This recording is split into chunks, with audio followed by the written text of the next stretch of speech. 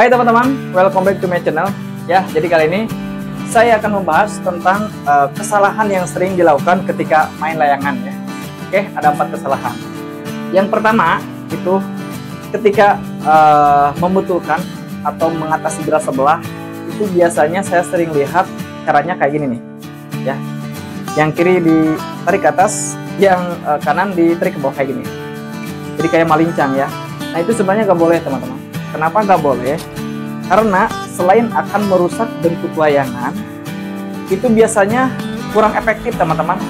Bukannya berat sebelahnya sembuh, malah tambah berat sebelah teman-teman.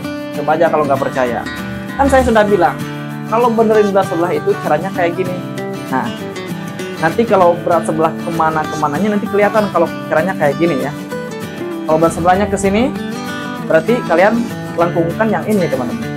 Dan sebaliknya kalau berat sebelahnya ke sini, lengkungkan yang ini kayak gitu.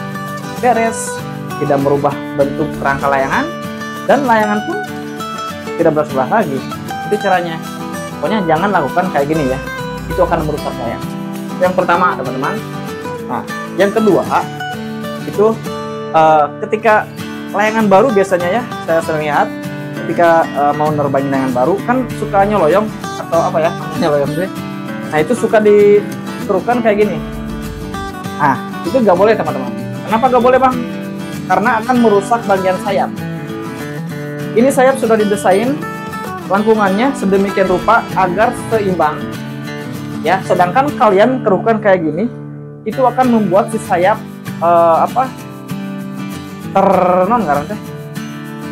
terpites gede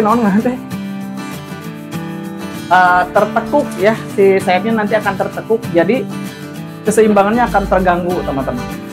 Terus gimana bang kalau layangan baru suka nyoloyong? Kalian bisa kerukan bagian ekor ya. Kenapa? Karena bagian ekor ini aman banget teman-teman, walaupun kalian kerukan sampai patah juga nggak apa-apa, layangan tetap bahkan bisa terbang teman-teman ya. Nah, itu yang kedua yang sering saya lihat ya. Oke, lanjut. Yang ketiga itu biasanya disebutkan nah, yang ketiga biasanya ini layangannya biar ada suaranya merepet kayak gitu ya, suka disebit teman-teman. Nah, nggak boleh teman-teman, nggak boleh disebit ya, apalagi layangan shot. Layangan shot itu sudah didesain khusus bagian ekornya itu sudah lembek ya, jadi nggak usah disebit, atau hanya keadaan-keadaan tertentu yang boleh disebit kayak gitu. Tapi kalau layangan bagus itu nggak boleh disebit teman-teman, sayang layangannya juga bakal rusak. Nah, jadi dampaknya kalau layangan disebit kayak gitu, itu biasanya akan susah terbang ketika angin kecil teman-teman. Kalau angin besar sih aman-aman aja, pasti bisa terbang, tapi kalau angin kecil itu susah terbang.